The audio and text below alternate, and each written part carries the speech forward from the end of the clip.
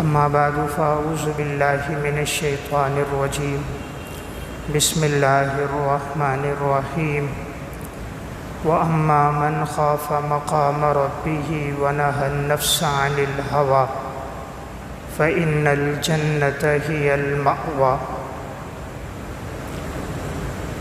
عن عقبہ بن عامر رضی اللہ تعالی عنہ یا رسول اللہ من نجات؟ قال رسول اللہ صلی اللہ علیہ وسلم املک علیک لسانک ولیسعک بیتک وابک علی خطیئتک، رواہ الترمذی۔ صدق اللہ العظیم۔ میرے انتہائی واجب الاحترام، قابل صد احترام بھائیوں، دوستوں اور بزرگوں،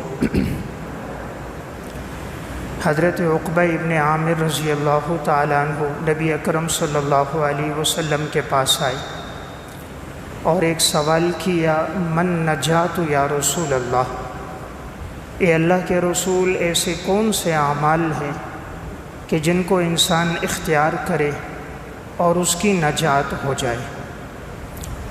آپ صلی اللہ علیہ وسلم نے 3 باتیں ارشاد فرمائی۔ نمبر 1، امسک علیک لسانک، اپنی زبان کو کنٹرول میں رکھنا، اپنی زبان کو قابو میں رکھنا۔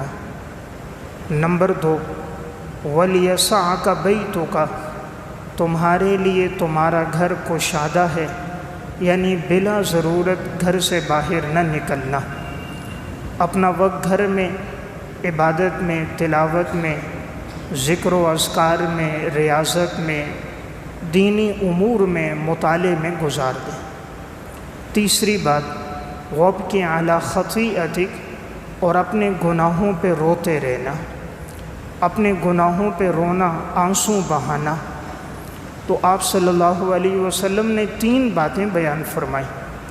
یہ 3 باتیں بڑی اہم ہیں اور گویا ایک انسان کی زندگی گزارنے کا پورا طریقہ اور اسلوب ان 3 باتوں میں موجود ہے۔ صحابی رسول کا سوال بھی یہ تھا کہ یا رسول اللہ، ایسے اعمال کا تذکرہ کیجئے جس پہ نجات ہو جائے۔ تو رسول اللہ صلی اللہ علیہ وسلم نے اس کے جواب میں یہ 3 باتیں ارشاد فرمائیں۔ تو سب سے پہلی بات آپ نے فرمایا، املک علیک لسانک، تم اپنی زبان کو اپنے کنٹرول میں رکھنا۔ عموماً جتنے بھی انسان سے گناہ ہوتے ہیں ان میں زیادہ تر گناہ انسان کی زبان سے سرزد ہوتے ہیں، اس لیے اگر زبان کی حفاظت ہو جائے تو دیگر اعضاء خود محفوظ ہو جاتے ہیں۔ اسی لیے حدیث میں آتا ہے، نبی اکرم صلی اللہ علیہ وسلم نے فرمایا کہ ہر دن انسان کے اعضاء زبان سے یہ کہتے ہیں کہ تو درست ہو جا، ٹھیک ہو جا۔ اگر تو درست ہے تو ہم تمام اعضاء ٹھیک ہیں، اور اگر تو ٹیڑھی ہو گئی، تیرے اندر کھجروی آ گئی، تو سارے اعضاء ٹیڑھے ہو جائیں گے۔ تو معلوم ہوا انسان کے جسم میں زبان کی بڑی اہمیت ہے۔ اسی لیے نبی اکرم صلی اللہ علیہ وسلم نے 2 باتوں پر جنت کی ضمانت دی، من یضمن لی ما بین لحییہ وما بین رجلیہ اضمن لہ الجنہ، جو آدمی مجھے 2 چیزوں کی ضمانت دے گا تو میں اسے جنت میں جانے کی ضمانت دیتا ہوں۔ نمبر 1، زبان کی حفاظت کرے، اور نمبر 2، شرمگاہ کی حفاظت کرے۔ تو دیکھیں اس حدیث میں بھی آپ صلی اللہ علیہ وسلم نے زبان کا تذکرہ فرمایا۔ انسان کے جو دیگر اعضاء ہیں ان سے 1-2 گناہ ہوتے ہیں۔ جیسے انسان کا کان ہے، اس سے 1 گناہ ہے کہ انسان وہ چیزیں سنے جس سے اللہ اور اللہ کے رسول نے روکا۔ ہاتھوں سے وہ گناہ ہے جس سے شریعت نے روکا اور انسان ہاتھوں سے وہ گناہ کرتا ہے۔ لیکن زبان ایک ایسا عضو ہے جس سے 1-2 نہیں بلکہ 30 گناہ کبیرہ سرزد ہوتے ہیں۔ تو میں نے ایک اتوار کا درس بھی اس پر دیا تھا کہ زبان سے سرزد ہونے والے 30 کبیرہ گناہ، تو کسی عضو سے 30 گناہ سرزد نہیں ہوتے، اور وہ بھی کبیرہ سوائے زبان کے۔ اب جھوٹ کبیرہ گناہ ہے، زبان سے ہے، بد کلامی ہے، فحش گوئی ہے، کسی کو گالی دینا ہے، کسی کی عزت نفس کو مجروح کرنا ہے، غیبت کرنا ہے، بد کلامی کرنا ہے، کسی پہ لعن طعن کرنا ہے، کسی پر بہتان لگانا ہے، کسی کی نقل اتارنی ہے، اور دوسروں کو ہنسانے کے لیے زبان سے خلاف شرع لطیفے سنانے ہیں، کفریہ باتیں کہنی ہیں، استہزاء کرنا ہے، مذاق اڑانا ہے، یہ سب زبان سے ہو رہا ہے۔ اسی لیے آپ صلی اللہ علیہ وسلم نے 3 چیزیں بیان فرمائی یہ 3 چیزوں کو اختیار کرو، نجات ہو جائے گی۔ سب سے پہلی بات املک علیک لسانک، اپنی زبان کو کنٹرول میں رکھنا۔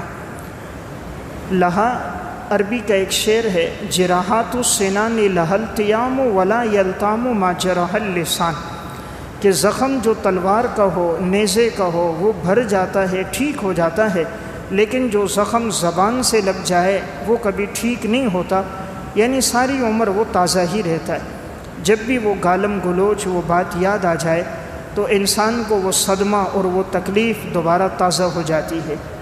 تو آپ نے یہ پہلی بات فرمائی، زبان کنٹرول میں ہو۔ انسان کے جسم میں 2 عضو بڑی اہمیت کے حامل ہیں، نمبر 1 دل، نمبر 2 زبان۔ اس لیے حدیث نے ان دونوں کے بارے میں بڑی تاکیدی احکامات فرمائے۔ دل کے بارے میں بھی آپ صلی اللہ علیہ وسلم نے ارشاد فرمایا کہ انسان کے جسم میں گوشت کا لوتھڑا ہے، فرمایا کہ اگر یہ ٹھیک ہو جائے، اذا صلحت صلح الجسد کلہ وَإِذَا فَسَدَتْ فَسَدَ الْجَسَدُ كُلُّ أَلَا وَهِيَ الْقَلْبُ، اگر یہ ٹھیک ہو جائے تو سارا جسم ٹھیک ہے، اور اگر اس میں بگاڑ آ جائے تو سارے جسم میں بگاڑ آ جاتا ہے، اور وہ انسان کے جسم کا لوتھڑا انسان کا دل ہے۔ اس لیے دونوں چیزوں پر حضرات انبیاء علیہ السلام نے محنت کروائی، دلوں پر بھی اور زبان پر بھی۔ انسان کی جب زبان ٹھیک ہو جائے اور انسان کی نماز ٹھیک ہو جائے تو اس کے تمام کام ٹھیک ہو جاتے ہیں۔ حضرت یونس بن عبید رحمۃ اللہ علیہ کا قول حلیۃ الاولیاء میں ہے، فرمایا جس آدمی کی 2 چیزیں ٹھیک ہو گئیں اس کے تمام اعضاء، تمام اعمال ٹھیک ہو جائیں گے۔ جس کی نمازیں وقت پر ہوں، سنت کے مطابق ہوں، اور جس کی زبان درست ہو جائے اس کے تمام اعضاء ٹھیک ہو جائیں گے۔ آپ جہاں بھی کوئی کمی کوتاہی دیکھیں گے ان 2 چیزوں میں نظر آئے گی۔ اس میں نماز کی پابندی نہیں ہوگی تبھی وہ گناہوں میں مبتلا ہوگا، ورنہ نماز ان الصلاۃ تنہی عن الفحشاء والمنکر، نماز انسان کو بے حیائی سے، برائی کے کاموں سے روک دیتی ہے۔ تو جن کی نمازیں ٹھیک ہو گئیں وہ گناہوں سے بچ جاتے ہیں، اور جن کی زبان ٹھیک ہو گئی ان کا باطن ٹھیک ہو جاتا ہے۔ نماز سے ظاہر کی بھی اصلاح ہے اور باطن کی بھی اصلاح ہے، اور زبان سے خصوصاً انسان کے باطن کی اصلاح ہو جاتی ہے۔ اس لیے حضرات سلف ان 2 چیزوں پہ بڑی محنت کرتے تھے۔ حضرت لقمان حکیم بہت بڑے اللہ والے انسان ہیں۔ قرآن کریم میں اللہ تعالیٰ نے سورہ لقمان میں ان کا تذکرہ فرمایا، ان کی نصیحتیں بیان فرمائیں۔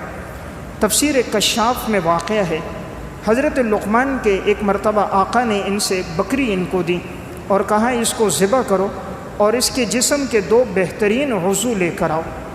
حضرت لقمان گئے، بکری کو ذبح کیا اور اس کے جسم سے زبان اور دل لے کر آئے۔ چند دنوں کے بعد آقا نے دوبارہ بکری دی، کہا اس کے جسم سے 2 بدترین عضو لے کر آؤ۔ پھر گئے، بکری ذبح کی اور زبان اور دل لے کر آئے۔ آقا نے کہا میں نے کہا بہترین اعضاء لے کر آؤ، آپ زبان دل لائے۔ میں نے کہا بدترین لے کر آؤ، پھر بھی آپ زبان اور دل لے کر آئے۔ حضرت لقمان نے فرمایا اگر یہ زبان اور دل ٹھیک ہو جائیں تو تمام اعضاء ٹھیک ہو جاتے ہیں، تو یہ پھر سب سے بہترین اعضاء ہیں، اور اگر ان 2 اعضاء میں بگاڑ آ جائے تو سارے جسم میں بگاڑ آ جاتا ہے۔ پھر انسان کے یہ 2 عضو انسان کے جسم میں بدترین عضو ہوتے۔ تو اس سے معلوم ہوا انسانی جسم میں زبان کی بڑی اہمیت ہے۔ تو بہرحال آپ صلی اللہ علیہ وسلم نے جو 3 باتیں بیان فرمائیں، سب سے پہلی کیا ہے؟ املک علیک لسانک، اپنی زبان کو کنٹرول میں رکھو۔ دوسری بات آپ نے بیان فرمائی وَلْيَسَعْكَ بَيْتُكَ، تمہارا گھر تمہارے لیے کشادہ ہو، یعنی گھر سے بلا ضرورت نہ نکلو۔ عموماً انسان جو فتنوں میں پڑتا ہے، گناہوں میں پڑتا ہے، غیبت میں پڑتا ہے، اس کی بنیادی وجہ جب وہ گھر سے نکلتا ہے، لوگوں سے اختلاط رکھتا ہے، لوگوں کی مجلسوں میں بیٹھتا ہے، آنا جانا رکھتا ہے، بلا ضرورت گفتگو رکھتا ہے، بازاروں میں گھومتا ہے، تو عموماً گناہوں میں مبتلا ہوتا ہے۔ ایک آدمی گھر سے نکلا، کسی سے بات چیت شروع ہوئی تو کہیں غیبت ہوئی، کہیں گالم گلوچ ہوا، کہیں بہتان ہوا، باہر نکلا تو کہیں بدنظری ہو گئی۔ لیکن جب وہ اپنے گھر کے اندر موجود ہے تو اب اس کا وقت جو گزرے گا وہ گناہوں سے بچتے ہوئے گزرے گا، تو یہ تمام گناہوں سے محفوظ رہے گا، فتنوں سے محفوظ رہے گا۔ یہ تنہائی کا وقت اس کی عبادت میں گزرے گا۔ اس لیے آپ نے فرمایا وَلْيَسَعْكَ بَيْتُكَ، تمہارا گھر تمہارے لیے کشادہ ہے، بلا ضرورت مت نکلو۔ تیسری بات آپ صلی اللہ علیہ وسلم نے جو بیان فرمائی کہ انسان کی جو نجات ہے جن 3 اعمال پر، یہ تیسرا بڑا اہم حکم ہے، وَابْكِ عَلَىٰ خَطِيئَتِكَ، اور تم اپنے گناہوں پہ روتے رہو، اپنے گناہوں پہ رو۔ تو یہ وہ عمل ہے، فرمایا اس سے تمہاری نجات ہو جائے گی۔ نبی اکرم صلی اللہ علیہ وسلم نے ارشاد فرمایا، سنن ترمذی کی روایت ہے، آپ نے فرمایا کہ جو شخص بھی اللہ کے خوف سے رویا، آنسوں کا قطرہ گرا، تو اس کا جہنم میں جانا یوں محال ہے جیسے کہ دودھ کا دوبارہ تھنوں میں لوٹ کر جانا محال ہے۔ لا یلج النار رجل بکا من خشیت اللہ حتی یعود اللبن فی الزرع، جس طرح دودھ کا دوبارہ تھن میں لوٹ کر جانا محال ہے، جو اللہ کے خوف سے روئے گا اس کا جہنم میں جانا اسی طرح محال ہوگا۔ آپ صلی اللہ علیہ وسلم نے ارشاد فرمایا 2 چیزوں کو اللہ جمع نہیں فرمائے گا۔ نمبر 1 وہ گرد و غبار جو اللہ کے راستے میں لگا، اور نمبر 2 جہنم کا دھواں، یہ دونوں ایک ساتھ جمع نہیں ہوں گے۔ یعنی جو اللہ کے راستے میں نکلا، جہاد میں نکلا، فی سبیل اللہ اللہ کے راستے میں نکلا، دعوت میں نکلا، دین کے کاموں میں نکلا، حج میں نکلا، تو اس کے پاؤں پہ جو گرد و غبار لگا، اور نمبر 2 جہنم کا دھواں، یہ جمع نہیں ہوں گے، یعنی ایسا آدمی جہنم میں نہیں جائے گا۔ تو گویا اس حدیث میں آپ نے فرمایا جو اللہ کے خوف سے روئے گا اس کا جہنم میں جانا یوں محال ہے جیسے دودھ کا تھنوں میں لوٹ جانا۔ آپ صلی اللہ علیہ وسلم نے ارشاد فرمایا، سنن ابن ماجہ کی روایت ہے کہ نہیں کوئی مومن آدمی کہ جس کی آنکھوں سے مکھی کے سر کے برابر بھی آنسوں کا قطرہ نکل جائے اور وہ اس کے چہرے پر گر جائے تو اللہ اس پر جہنم کی آگ کو حرام کر دیتا ہے۔ مکھی کے سر کے برابر آنسوں کا قطرہ انسان کے چہرے پہ گر جائے، فرمایا اللہ اس پر جہنم کی آگ کو حرام کر دے گا۔ حدیث میں آتا ہے نبی اکرم صلی اللہ علیہ وسلم نے فرمایا 2 آنکھوں پر اللہ نے جہنم کو حرام کر دیا ہے۔ نمبر 1 وہ آنکھ جو اللہ کے خوف سے روتی ہے، اور نمبر 2 ایک وہ آنکھ جو اللہ کے راستے میں پہرا دیتی ہے۔ اللہ کے راستے میں پہرا دینے کے لیے جاگنے والی آنکھ، اللہ کے خوف سے رونے والی آنکھ، اللہ نے ان آنکھوں کے لیے جہنم کی آگ کو حرام کر دیا ہے۔ اللہ تعالیٰ جن 7 آدمیوں کو اپنے عرش کا سایہ نصیب فرمائیں گے، ان میں ایک انسان وہ ہوگا رجل ذکر اللہ خالیا ففاضت عیناہ، جو تنہائی میں اللہ کو یاد کرتا ہوگا اور اللہ کے خوف سے اس کے آنکھوں سے آنسو بہہ جائیں گے۔ جو تنہائی میں اللہ کو یاد کرتا ہوگا اور اللہ کے خوف سے اس کی آنکھوں سے آنسو بہہ جائیں گے، تو یہ ان 7 خوش نصیب انسانوں میں سے کہ جن کو اللہ روز محشر اپنے عرش کا سایہ نصیب فرمائیں گے۔ تو تیسری بات آپ بیان فرما رہے ہیں بڑی اہم، وَابْكِ عَلَىٰ خَطِيئَتِكَ، گناہوں پہ رو۔ آج ہمارا رونا ہوتا ہے دنیا کے نہ ملنے پر، کوئی اس پہ رو رہا ہے مجھے اتنی رقم نہیں ملی، مجھے فلاں عہدہ نہیں ملا، منصب نہیں ملا، پیسہ نہیں ملا۔ تو آج رونا دنیا کے لیے ہے، پیسے کے لیے ہے، دولت کے لیے ہے، عورت کے لیے ہے۔ آج اللہ کے سامنے رونا نہیں ہے، اس لیے انسان ذلیل ہو رہا ہے۔ جس دن انسان صرف اللہ کے سامنے روئے گا، آنسو بہائے گا، اللہ سے مانگے گا، اس دن سے اللہ اس کی عزت اور منقبت میں اضافہ فرما دے گا۔ جتنے لوگ آپ کو سلف میں ملیں گے، کوئی ایسا نہیں تھا جو شب بیدار نہ ہو، رات کو عبادت کرنے والا نہ ہو، تہجد پڑھنے والا نہ ہو۔ سلف میں ایسا کوئی نہیں تھا، اور ایسا کوئی نہیں تھا جو اللہ کے خوف سے رونے والا نہ ہو۔ سلف کی زندگی میں 2 مشترکہ باتیں آپ کو ملیں گی، ان کی راتیں اللہ کے سامنے گزرتی تھیں، اور نمبر 2 روتے ہوئے گزرتی تھی۔ اس لیے اللہ نے ان کو دن میں محبوبیت اور مقبولیت عطا فرماتی تھی۔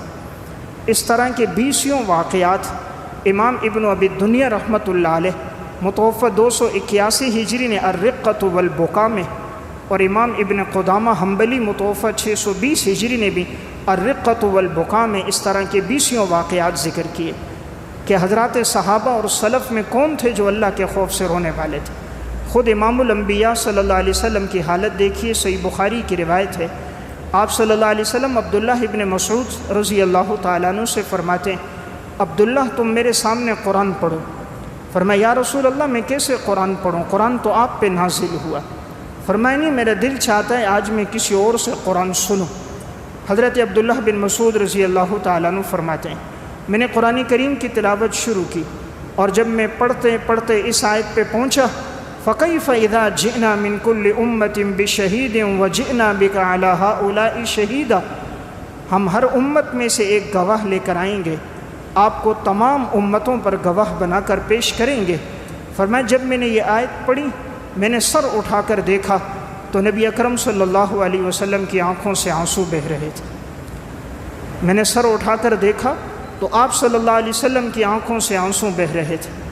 اللہ نے جو منقبت دی ہے سلف کو رونے کے ساتھ دی ہے۔ حضرت ابو بکر صدیق رضی اللہ تعالیٰ عنہ، صحیح بخاری کی روایت ہے، ام المومنین حضرت عائشہ رضی اللہ تعالیٰ عنہ فرماتی ہیں کان ابو بکر رجلا بکاء لا یملک دمعہ حین یقرأ القرآن، صدیق اکبر بہت زیادہ قرآن کی تلاوت کرنے والے تھے اور کثرت سے رونے والے تھے۔ جب وہ روتے تھے تو اپنے آنسوؤں کو کنٹرول نہیں کر سکتے تھے۔ انسان کے جتنے گناہ کم ہوتے ہیں اتنا اس کو رونا زیادہ آتا ہے، اور جتنے گناہ بڑھ جاتے ہیں اتنا دل سخت ہو جاتا ہے، پھر اسے رونا نہیں آتا۔ کلا بل ران علی قلوبہم ما کانوا یکسبون، یہ وہ لوگ ہیں جنہوں نے گناہ کر کر کے اپنے دلوں پر زنگ لگا دیا، اور یہ زنگ ان کے گناہوں کی وجہ سے لگا، ان کے اعمال کی وجہ سے لگا۔ اس لیے میں عرض کر رہا تھا حضرت مکحول کا ایک قول ہے، امام ابن ابی الدنیا نے الرقۃ والبکا میں لکھا، فرمایا جب گناہ کم ہو جاتے ہیں تو دل نرم ہو جاتے ہیں، اور جب گناہوں کی کثرت ہو جاتی ہے تو انسان کے دل سخت ہو جاتے ہیں۔ پھر اس کے سامنے کوئی بات کرو، حدیث سناؤ، قرآن سناؤ، اس پہ رقت طاری نہیں ہوتی۔ امام ابن ابی الدنیا الرقۃ والبکا میں لکھتے ہیں حضرت ابو بکر صدیق رضی اللہ تعالیٰ عنہ کے سامنے سورہ زلزال پڑھی گئی، آپ صلی اللہ علیہ وسلم تشریف فرما ہیں، حضرت صدیق اکبر رو رہے تھے۔ جب یہ سورت پڑھی گئی اذا زلزلت الارض زلزالہا واخرجت الارض اثقالہا وقال الانسان ما لہا، جب زمین میں ایک زلزلہ آئے گا اور زمین اپنے اندر کے سب خزانوں کو، میتوں کو، مردوں کو باہر نکال دے گی، انسان کہے گا اے زمین تجھے کیا ہو گئی؟ یومئذ تحدث اخبارہا، اس دن زمین اپنے خبروں کو بیان کرے گی۔ انسان نے زمین کے جس خطے پر، جس حصے پر جو گناہ کیا ہوگا، جو نیک عمل کیا ہوگا، کل روز محشر زمین کا وہ خطہ اس کے حق میں گواہی دے گا۔ بِأَنَّ رَبَّكَ أَوْحَى لَهَا، اس لیے کہ تیرے رب کا حکم ہوگا، اور زمین اس حکم کو پورا کرتے ہوئے گواہی دے گی۔ یومئذ یصدر الناس اشتاتا لیروا اعمالہم، اس دن سارے لوگ لوٹ کر آئیں گے جماعت در جماعت تاکہ انہیں ان کے اعمال کا بدلہ دیا جائے۔ فمن یعمل مثقال ذرۃ خیرا یرہ ومن یعمل مثقال ذرۃ شرا یرہ، جس نے رائی کے دانے کے برابر اچھا عمل کیا ہوگا اس کا بھی بدلہ پائے گا، جس نے رائی کے دانے کے برابر برا عمل کیا ہوگا اس کا بھی بدلہ پائے گا۔ جب یہ آیتیں پڑھی گئی تو صدیق اکبر رو رہے تھے۔ آپ نے پوچھا کیوں رو رہے ہو؟ فرمایا یا رسول اللہ قرآن کریم کے اس صورت نے مجھے رولا دیا ہے۔ تو میں عرض کر رہا تھا حضرات صحابہ کی یہ کیفیت تھی کہ ہر وقت ان کی آنکھوں میں آنسو تھے، اور ایسے ہی لوگ اللہ کو محبوب تھے۔ حضرت عمر رضی اللہ تعالیٰ عنہ عقبہ ابن عامر رضی اللہ تعالیٰ عنہ سے فرمایا تم میرے سامنے قرآن پڑھو۔ الرقۃ والبکا میں واقعہ ہے، امام ابن ابی الدنیا لکھتے ہیں جب انہوں نے قرآن پڑھنا شروع کیا حضرت عثمان رضی اللہ تعالیٰ عنہ رونے لگ گئے، اور آپ کی آنکھوں سے بے قطار آنسو بہنے لگ گئے۔ ایک دفعہ نماز پڑھا رہے تھے اور حضرت عمر سورہ طور پڑھ رہے تھے، اور جب ان آیات پہ پہنچے ان عذاب ربک لواقع ما لہ من دافع، یقیناً تیرے رب کا عذاب واقع ہوگا اور جب وہ ہو جائے تو کوئی اس کو روکنے والا نہیں ہوگا۔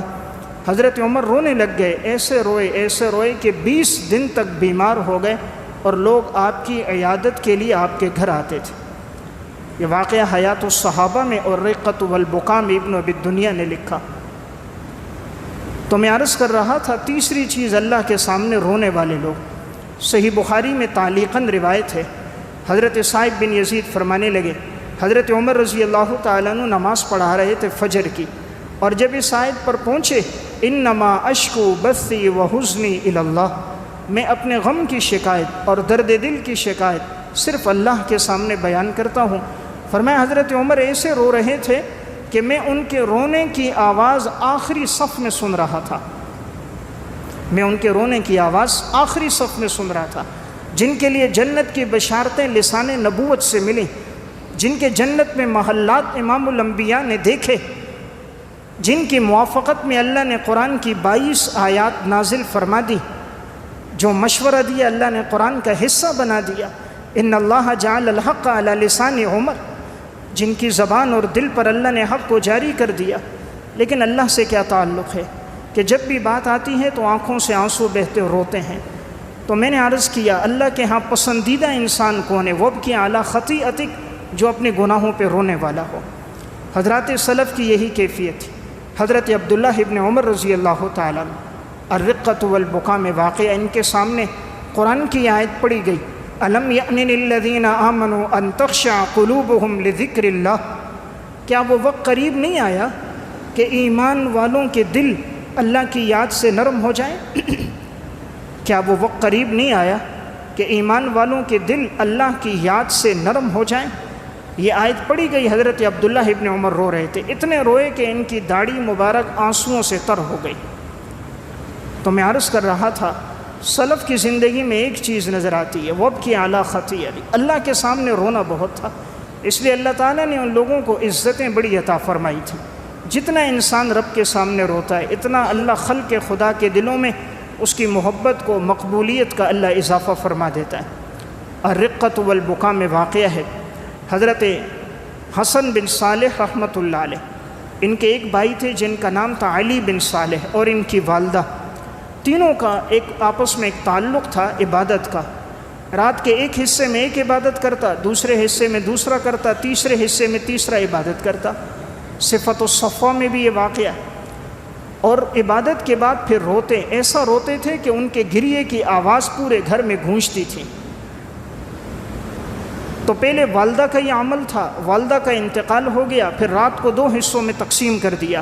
آدھی رات ایک بھائی عبادت کرتا علی بن صالح، آدھی رات دوسرا بھائی عبادت کرتا حسن بن صالح۔ جب تک ماں اور 2 بیٹے تھے 10-10 سپارے پڑھتے تھے، ایک رات میں پورا قرآن پورا ہو جاتا تھا۔ جب ماں کا انتقال ہو گیا تو دونوں بیٹوں نے 15-15 سپارے شروع کر دیے، ایک 15 سپارے پڑھتا سو جاتا، دوسرا 15 پڑھتا، ہر رات میں قرآن پورا ہو جاتا۔ جب علی بن صالح کا انتقال ہوا، حسن بن صالح کا پھر معمول تھا، ساری رات عبادت کرتے اور ہر رات ایک قرآن کریم مکمل تلاوت کرتے تھے، اور ان کے گریے کی آواز ان کے پڑوسی بھی سنتے تھے۔ اس لیے میں ایک بات عرض کر رہا تھا، اللہ کو یہ چیز پسند ہے جو انسان اپنے گناہوں پہ روئے۔ اللہ رب العزت ایسے آدمی کو عزت عطا فرما دیتا ہے۔ آج ہمارا رونا مخلوق کے سامنے، ایک کو جاتے ہیں اپنا درد دل سناتے ہیں، دکھڑا سناتے ہیں، حالات بتاتے ہیں، وہ ہمارا رونا دیکھ کر ہم سے مذاق کرتا ہے، زیادہ ہوا 500-1000 روپے دے دیتا ہے، پھر زندگی بھر اس کا ہم پر احسان ہوتا ہے۔ اس رب سے کیوں نہیں مانگتے جس نے آنکھوں میں بینائی ڈالی، جس نے کانوں میں شنوائی ڈالی، جس نے زبان میں گویائی ڈالی، جس نے دھڑکنے والا دل دیا، سمجھنے والا دماغ دیا، بولنے والی زبان عطا فرمائی، چلنے والے پاؤں عطا فرما دیے، پکڑنے کے لیے ہاتھ عطا فرما دیے، کائنات کے نظام کو منور کرنے کے لیے سورج کو پیدا کر دیا، رات کی روشنی کے لیے جس نے چاند ستاروں کو بنا دیا، ہوا کو عام کر دیا، پانی کو عام کر دیا، کوئی بل نہیں مانگا۔ اللہ چاہتا تو بل مانگتا، تم میرے سورج سے روشنی حاصل کرتے ہو، اس کا بل دو گے، چاند سے روشنی حاصل کرتے ہو، اس کا بل دو گے، یہ ہوا صبح و شام تم لے رہے ہو، اس کا بل دو گے۔ بل کیا مانگا؟ غیر محرم سامنے آ جائے نظروں کو جھکا دینا، گانے کی آواز ہو تو اس جگہ سے اٹھ کے چلے جانا، اپنی زبان سے رب کی نافرمانی نہیں کرنا، جن چیزوں کو حلال کیا اس پر زندگی گزار دینا، یہ بل مانگا۔ تو میں ایک بات عرض کر رہا تھا، تیسری چیز وابکی علی خطیئتک، اپنے گناہوں پہ رونے والے۔ حضرت آدم علیہ السلام جب ان سے خطا ہوئی اللہ کے سامنے ایسے روئے۔ امام ابن ابی الدنیا الرقۃ والبکاء میں لکھتے ہیں حضرت آدم کا گریہ تھا، حضرت حوا کا گریہ تھا، اللہ کے ہاں رونا تھا، اور یہ پڑھتے تھے قال ربنا ظلمنا انفسنا وان لم تغفر لنا وترحمنا لنکونن من الخاسرین۔ اے اللہ ہم نے اپنے اوپر ظلم کر دیا، ہم سے خطا ہو گئی، اگر تو نے ہمیں معاف نہ کیا یقیناً ہم خسارے میں پڑ جائیں گے۔ اللہ رب العزت نے دعا قبول فرما دی، توبہ قبول فرما دی۔ تو میں عرض کر رہا تھا سلف میں ایک چیز نظر آئے گی، ان کی زندگیوں میں رونا بہت زیادہ تھا۔ حضرت امام اعظم ابو حنیفہ رحمہ اللہ وفیات الاعیان و انباء ابناء الزمان میں ہے، ایک دفعہ امام مسجد نے سورہ زلزال تلاوت کی۔ امام ابو حنیفہ رحمہ اللہ نماز میں تھے، نماز ختم ہو گئی، لوگ چلے گئے، مسجد کے کونے میں کھڑے ہو گئے، 2 رکعت نماز کی نیت باندھی اور سورہ زلزال پڑھتے، اور یہ 2 آیتیں پڑھتے آپ کی آنکھوں سے آنسو بہتے۔ فَمَن يَعْمَلْ مِثْقَالَ ذَرَّةٍ خَيْرًا يَرَهُ وَمَن يَعْمَلْ مِثْقَالَ ذَرَّةٍ شَرًّا يَرَهُ۔ مسجد کے مؤذن کہتے میں انتظار میں تھا، ابھی نماز ختم ہو آپ نکلیں تو میں دروازہ بند کر دوں، دیا بجھا دوں۔ کافی دیر گزر گئی، نماز ختم نہ ہوئی۔ جب فجر کی اذان دینے کے لیے مسجد میں آئے، فرمایا میں نے دیکھا امام ابو حنیفہ اسی جگہ کھڑے ہیں، قرآن کریم کی تلاوت فرما رہے ہیں، اور آپ کی داڑھی مبارک اور دامن آنسوؤں سے تر ہے۔ اللہ نے جو ان لوگوں کو عزتیں عطا فرمائی، یہ رونے سے عطا فرمائی۔ ان کا رونا اللہ کے سامنے تھا، بعض تو ایسے روئے کہ ان کی آنکھوں پر نشانات پڑ گئے۔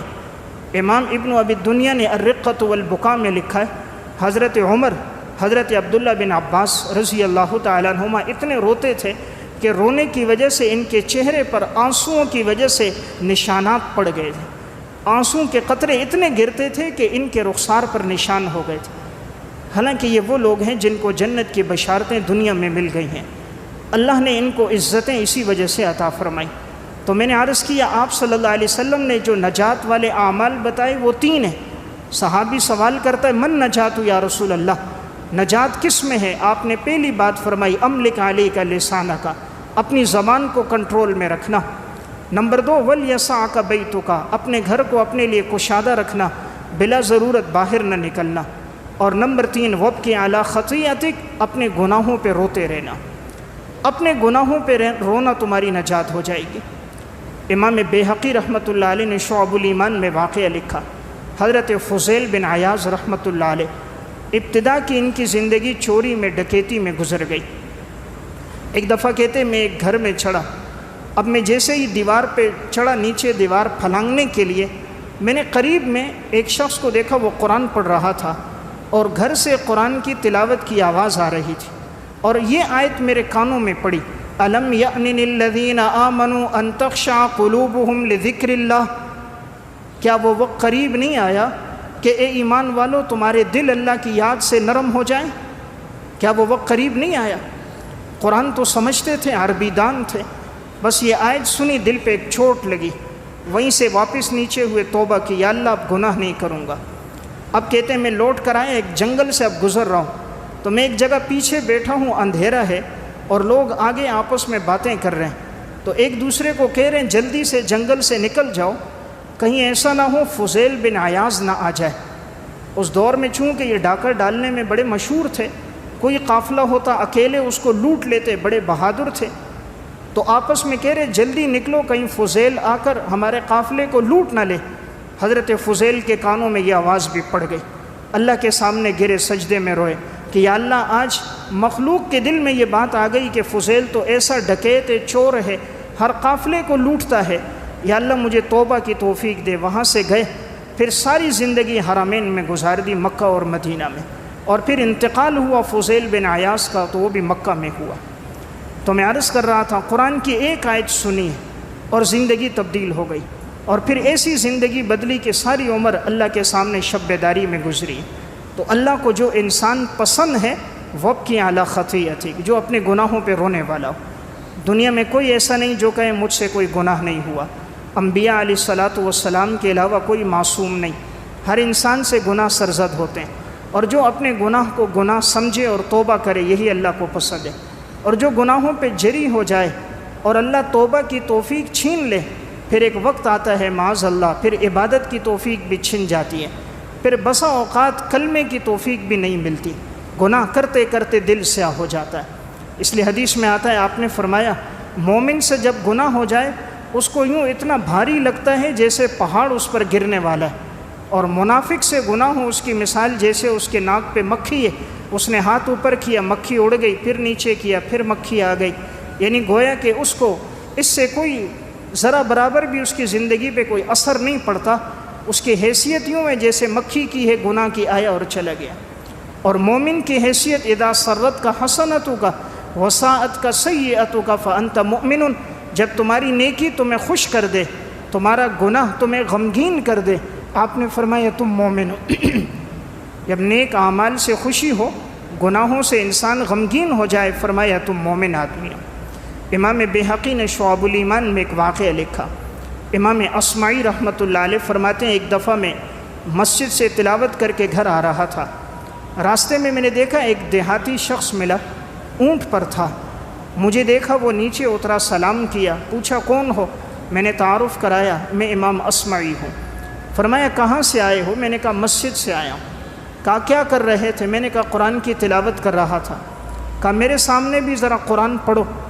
امام اصمعی کہتے میں نے اس کے سامنے سورہ زاریات تلاوت کرنا شروع کی، اور جب میں پڑھتے پڑھتے اس آیت پہ پہنچا وَفِي السَّمَاءِ رِزْقُكُمْ وَمَا تُوعَدُونَ، اور اللہ تعالیٰ نے تمہارا رزق آسمان میں رکھا ہے، اور جو تم سے وعدہ کیا جاتا ہے وہ آسمانوں میں ہے، یعنی گویا اللہ سے تعلق کے ساتھ رزق کے دروازے کھلتے ہیں۔ اس نے جب یہ آیت سنی فرمایا بس کرو۔ امام اصمعی کہتے میں رک گیا، یہ دیہاتی اس نے تلوار نکالی، اپنے اونٹ کا نہر کیا، اور وہیں اونٹ کے گوشت کے ٹکڑے حصے بنائے، جتنے غریب مساکین تھے سب میں تقسیم کر دیا، اپنے کپڑوں میں سے 2 چادریں نکالی اور ان کو پہنا اور کہا میں عمرے کے سفر کے لیے جا رہا ہوں، اور چلا گیا۔ امام اصمعی کہتے ہیں مجھے بڑا تعجب ہوا، ساری زندگی ہم بھی قرآن پڑھتے ہیں، ہم پر اتنا اثر نہیں جو اس دیہاتی پر اثر ہوا کہ میں نے اس کے سامنے ایک سورت بھی پوری نہیں پڑھی اور اس کی زندگی کیسے بدل گئی۔ کہتے ہیں جب میں حج کے لیے گیا تو میری ملاقات اس سے وہاں ہو گئی، اس نے مجھے دیکھا اور کہا اصمعی میرے سامنے قرآن پڑھو۔ میں نے پھر سورہ زاریات پڑھی، پڑھتے پڑھتے اس آیت پہ پھر میں پہنچا وَفِي السَّمَاءِ رِزْقُكُمْ وَمَا تُوعَدُونَ، اور تمہارا رزق آسمان والے کے ساتھ تعلق میں ہے، جتنا اللہ سے تعلق مضبوط ہوگا اللہ رزق دے گا۔ کہا یہ تو ہم نے اللہ کا وعدہ سچا پایا، یعنی پورے سفر میں میرے پاس کوئی سواری نہیں تھی، کوئی زاد راہ نہیں تھا، اللہ نے ہر جگہ مجھے تازہ کھانا کھلایا اور ہر جگہ اللہ نے میرے رزق کا انتظام کر دیا، یہ وعدہ تو ہم نے اللہ کا سچا پایا۔ آگے پڑھو، کہتے میں نے آگے پڑھا فَوَرَبِّ السَّمَاءِ وَالْأَرْضِ إِنَّهُ لَحَقٌّ مِثْلَ مَا أَنَّكُمْ تَنطِقُونَ، آسمان اور زمین کے رب کی قسم، یہ قرآن کریم یوں سچا اور برحق ہے جیسے انسان کا کلام کرنا برحق ہے، جیسے انسان گفتگو کرتا ہے یہ سچ اور برحق ہے، قرآن کریم اسی طرح برحق ہے۔ کہتے ہیں جب میں نے یہ بات کی تو وہ ایک دم جلال میں آ گیا، اس نے کہا لوگ اللہ کی بات نہیں مانتے کہ اللہ رب العزت کو قسم کھانے کی ضرورت پیش آئی، قسم تو تب کھائی جائے کہ کوئی انکار کرے، تو کہا کیا لوگ اللہ کی بات پر ایمان نہیں لاتے؟ بس یہ بات کہی اور ایک زور سے چیخ ماری، نیچے گر گئے۔ امام اصمعی کہتے میں نے ہلایا، پتہ چلا اس کا انتقال ہو گیا۔ تو دیکھیں کیا اللہ کے ساتھ تعلق ہے، اپنے گناہوں پہ کیسا رونا اور ندامت ہے، قرآن کریم کا کیسا اثر ان کی زندگی پر ہے۔ ایک سورت پوری نہیں سنی ہے، چند آیتیں سنی ہیں اور زندگی تبدیل ہو گئی۔ آج میرے اور آپ کے سامنے قرآن پڑھا جاتا ہے، ہماری زندگی میں تبدیلی نہیں آتی۔ آج تو بسا اوقات قرآن پڑھا جائے کہتے ہیں جی اس کو تبدیل کر دو، کوئی اور چینل لگا لو، تلاوت ہو رہی ہوتی کہا اس کو ہٹاؤ کچھ اور لگاؤ، تلاوت کی طرف توجہ نہیں، گانا سننے کی طرف توجہ، قرآن پڑھنے کی طرف توجہ نہیں، 6 گھنٹے انٹرنیٹ دیکھنے کی طرف توجہ، کیبل اور موبائل دیکھنے کے لیے وقت، قرآن سننے سمجھنے کے لیے کوئی وقت نہیں۔ پھر یہ مسلمان کس چیز کا مسلمان ہے جو آج قرآن کی تلاوت سے اکتا رہا ہے، قرآن پڑھنے سے اس کے دل کے اوپر بجائے رقت طاری ہونے کے اس پر بوجھ بن رہا ہے، یہ اللہ کی ناراضگی کی نشانی ہے۔ تو میں نے عرض کیا جب اللہ راضی ہوتا ہے دل کو نرم کر دیتا ہے، قرآن کی تلاوت کی توفیق دے دیتا ہے، گناہوں پر انسان کی آنکھوں سے آنسو بہنے شروع ہو جاتے ہیں۔ اس لیے بڑی اچھی کیفیت ہے کہ انسان اپنے گناہوں پہ روئے۔ جتنا انسان تنہائی میں روتا ہے اتنا اللہ رب العزت اس کو معاشرے میں عزت عطا فرما دیتا ہے۔ حضرت داؤد علیہ السلام الرقۃ والبکاء میں ابن ابی الدنیا رحمہ اللہ نے لکھا، ساری رات حضرت داؤد علیہ السلام کی اللہ کے سامنے روتے روتے گزر جاتی تھی، اور ایسا روتے تھے۔ امام ابن ابی الدنیا لکھتے ہیں بسا اوقات رونے کی وجہ سے اور جب زبور کی تلاوت کرتے تھے پرندے جمع ہو جاتے تھے حضرت داؤد علیہ السلام کے ارد گرد، ایسے ان کے گریے کی کیفیت ہوتی تھی۔ اس لیے اللہ نے جن کو بھی عزت عطا فرمائی، تو میں نے ایک بات عرض کی، ان کا اللہ سے تعلق تھا، اس لیے اللہ رب العزت نے ان کی ضرورتوں کو بھی غیب کے خزانے سے پورا کر دیا، اور اللہ نے ان کو در در پہ رسوا بھی نہیں کیا۔ تو یہ بڑی اہم بات ہے، وَابْكِ عَلَىٰ خَطِيئَتِكَ، انسان اپنے گناہوں پہ روئے۔ حضرات سلف میں یہ کیفیت تھی، تعلق تھا، موت کے بعد بھی اللہ نے نصیب فرمایا۔ تاریخ بغداد میں ہے، ابو بکر بن مجاہد مقری رحمۃ اللہ علیہ، بڑے اللہ والے بزرگ اور محدث گزرے، فرماتے ہیں میں اللہ سے دعا کرتا تھا، یا اللہ اگر موت کے بعد کسی کو تلاوت کرنے کی اجازت ہو قبر میں، یا اللہ مجھے بھی اجازت عطا فرما۔ ساری زندگی قرآن کی تلاوت کا معمول رہا بڑی کثرت سے۔ انتقال کے بعد کسی نے خواب میں دیکھا، ابو بکر بن مجاہد سے پوچھا کیا ہوا؟ فرمایا میں نے جو اللہ سے دعا کی تھی اللہ نے قبول فرما دی، اللہ رب العزت نے جنت میں بغیر حساب و کتاب کے داخل بھی فرما دیا، اور میری آرزو کو پورا فرما دیا، اور مجھے قبر میں اللہ نے تلاوت کی توفیق عطا فرما دی۔ تو زندگی جس عمل پہ گزری تھی اللہ نے وہ عمل جاری کر دیا۔ اس لیے جیسی زندگی ویسی موت، انسان اچھی زندگی گزارے اللہ خاتمہ بھی اچھا کرتا ہے، اور بسا اوقات زندگی بری گزار دے تو خاتمہ بھی اسی طرح ہوتا ہے۔ امام ذہبی الکبائر میں لکھتے ہیں ایک شخص کی زندگی گزری جوا کھیلنے میں، ساری زندگی جوا کھیلتا رہا۔ جب موت کا وقت قریب آیا تو اس کے قریب ساتھی کہتے تھے کلمہ پڑھو، اس کے سامنے کلمے کی تلقین کرتے، وہ آگے سے کہتا فلاں کو بلاؤ فلاں کو بلاؤ تاکہ جوا کھیلیں گوٹیاں کھیلیں، تو اس کی زبان پہ کلمہ نہیں آ رہا تھا، وہی جوئے کی باتیں زبان پر آئیں اور یہ باتیں کرتا کرتا دنیا سے چلا گیا۔ امام ذہبی لکھتے ہیں ایک شخص زندگی بھر شراب پینے میں گزر گئی، موت کا وقت قریب آیا، ساتھی اس کے قریب کلمہ پڑھتے تھے، وہ کہتا تھا خود بھی پیو مجھے بھی پلاؤ، خود بھی پیو مجھے بھی پلاؤ، یہ جملہ کہتے کہتے دنیا سے چلا گیا۔ تو انسان اگر زندگی اچھی گزار دے اللہ خاتمہ بھی اچھا کر دیتا ہے۔ خدا نہ کرے زندگی بری ہو تو اللہ کے ہاں تو عدل اور انصاف ہے نا۔ ایک آدمی زندگی کے 40-50 سال رب کی نافرمانی میں گزار دے، اس کے پاس اللہ کے سامنے سجدہ کرنے کا ٹائم نہیں ہے۔ آج کہتے ہیں میرے باس نے بلایا، دوڑتے ہوئے جاتے ہیں، باس نے بلایا، سیٹھ نے بلایا، زمین اور آسمان کا باس 5 مرتبہ بلاتا ہے، حی علی الصلاح حی علی الفلاح، آؤ نماز کے لیے، آؤ کامیابی کے لیے، اللہ اکبر، اللہ سب سے بڑا ہے۔ کتنے ہیں جو اس صدا پر مسجد آتے ہیں؟ فجر کی نماز میں دیکھ رہا تھا ایک صف بھی پوری نہیں ہے، ایک صف مسجد کی وہ بھی پوری نہیں ہے، 40 سے 50 نمازی ہیں، صرف جمعے میں 3-3 ہزار نمازی موجود ہیں، فجر میں 50 نمازی بھی نہیں ہیں۔ آج 2-2 گھنٹے 4-4 گھنٹے ہمارے رات گزر جاتے ہیں موبائل پر، پھر ہم کہتے ہیں رزق میں برکتیں نہیں ہیں، پھر ہم کہتے ہیں لا علاج بیماریوں میں مبتلا کیوں ہو گئے، یہ ساس بہو کا جھگڑا کیوں ہے، یہ باپ بیٹا کیوں دست و گریبان ہیں۔ اس کی بنیادی وجہ، اگر ایک انسان نے یہ دیکھنا میرا اللہ کے ہاں کیا مقام ہے، وہ دیکھیں اللہ کے حکم کا میرے ہاں کیا مقام ہے۔ اگر اللہ کا حکم اس کے سامنے سب سے زیادہ بلند ہے، سب سے پہلے اللہ کا حکم ہے، تو اس کا بھی مقام اللہ کے ہاں پھر سب سے بلند ہے۔ اگر اس کے ہاں رب کا حکم سب سے آخر میں، پھر وہ رب کی رحمت کی نگاہوں سے بھی گرا، اللہ کے ہاں بھی اس کی کوئی عزت نہیں۔ تو میں نے ایک بات عرض کی کہ انسان زندگی جیسی گزار رہا ہے اللہ مستقبل میں وہی چیزیں سامنے لاتا ہے، آخری خاتمہ بھی اسی پہ ہو رہا ہوتا ہے۔ خدا نہ کرے زندگی نافرمانی میں تو پھر موت بھی اسی طرح آتی ہے۔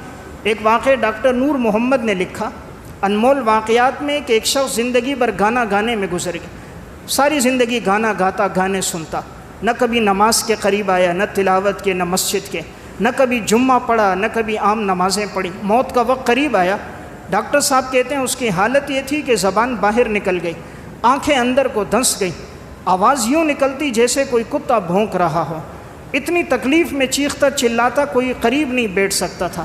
ایک وارڈ سے دوسرے میں، دوسرے سے تیسرے میں منتقل کیا، آخر اس کو زمیندوز وارڈ میں لے کر گئے. 17 دن تک اس حالت پہ رہا ہے کہ اس کی یہ حالت مرض الموت کی تھی لیکن موت نہیں آتی تھی. آخر کار جب میں نے دیکھا آخری وقت نزا کا مجھے لگا اب شروع ہونے والا ہے, ہچکیاں شروع ہو گئی. میں نے کہا کلمہ پڑھو. کہا جب اس کے قریب اس کا بیٹا کلمہ پڑھتا تھا, کہتا تھا ابا جی پڑھ کلمہ اشہد ان لا الہ الا اللہ, اس کی زبان پہ کلمہ نہیں آتا تھا, آگے سے گانا آتا تھا. وہ کہتے تھے کلمہ پڑھ, تو باپ کی زبان پہ گانا تھا. پوتا قریب بیٹھا ہے کلمہ پڑھتا ہے, دادا کی زبان پہ کلمہ نہیں گانا ہے. آخر کار گانا گاتے گاتے مر گیا. ڈاکٹر نور محمد کہتے ہیں مجھے بڑا افسوس ہوا, ایک مسلمان تھا اور آخری وقت میں کلمہ نہ پڑھ سکا. میں نے کہا ضرور کوئی بات ہوگی, اللہ نے اس کو سزا دی ہے.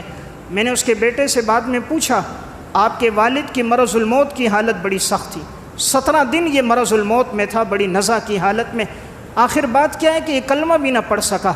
بیٹے نے کہا ڈاکٹر صاحب ہم نے جب سے ہوش سنبھالا ہم نے اپنے باپ کو دیکھا ہے, صبح ہوتی تھی گھر میں گانا ہوتا تھا, اس کی گاڑی میں گانا, دکان میں گانا, زندگی بھر گانا گانے میں, گانا سننے میں گزار دی.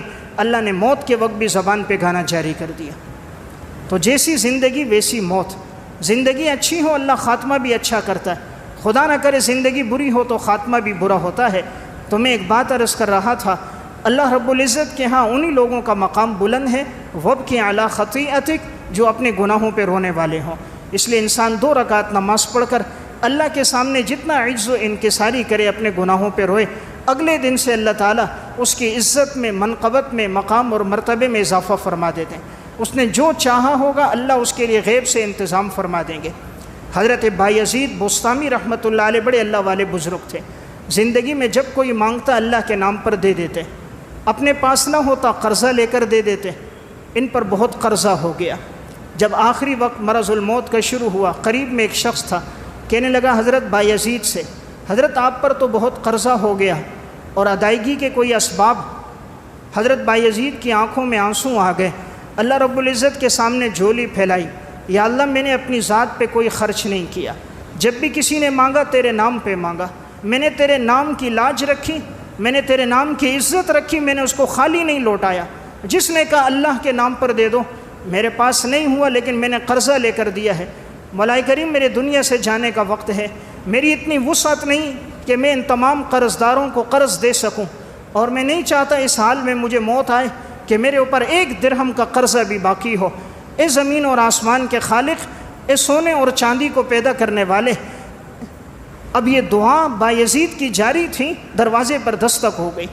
دروازہ کھولا تو ایک آدمی نے کہا بایزید پر جتنے لوگوں کا قرضہ ہے وہ آئے اور لے لیں. جتنے لوگ تھے سارے آتے گئے, قرضہ دیتے گئے. قرضہ ختم ہو گیا. اس کے بعد دراہم اور دینار کی تھیلی اب بھی باقی تھی. بایزید کا انتقال ہو گیا. کسی نے خواب میں دیکھا, فرمایا کیا معاملہ ہوا؟ فرمایا اللہ تعالیٰ نے مغفرت کر دی, اور اللہ نے فرمایا بایزید تو نے ہمارے نام کی لاج رکھی تھی, جس نے ہمارے نام پہ مانگا تو نے عطا فرمایا. اللہ نے فرمایا بایزید اگر تو ساری دنیا بھی قرضے میں دے دیتا تو مجھے میری عزت کی قسم میں تیرا سارا قرضہ واپس کر دیتا. تو میں ایک بات عرض کر رہا تھا, یہ وہ لوگ تھے جنہوں نے زندگی اللہ کی اطاعت میں گزاری, اللہ نے عزتیں عطا فرما دی. تو یہ بڑی اہم حدیث ہے جس میں 3 باتیں ہیں انسان کی نجات کے لیے. نمبر 1 زبان کو کنٹرول کرنا, نمبر 2 بلا ضرورت گھر سے نہ نکلنا, نمبر 3 اپنے گناہوں پہ رونا. اگر یہ 3 اعمال زندگی میں آ گئے, آپ نے فرمایا ایسے آدمی کی نجات ہو جائے گی. اللہ ہم سب کو عمل کی توفیق عطا فرمائے.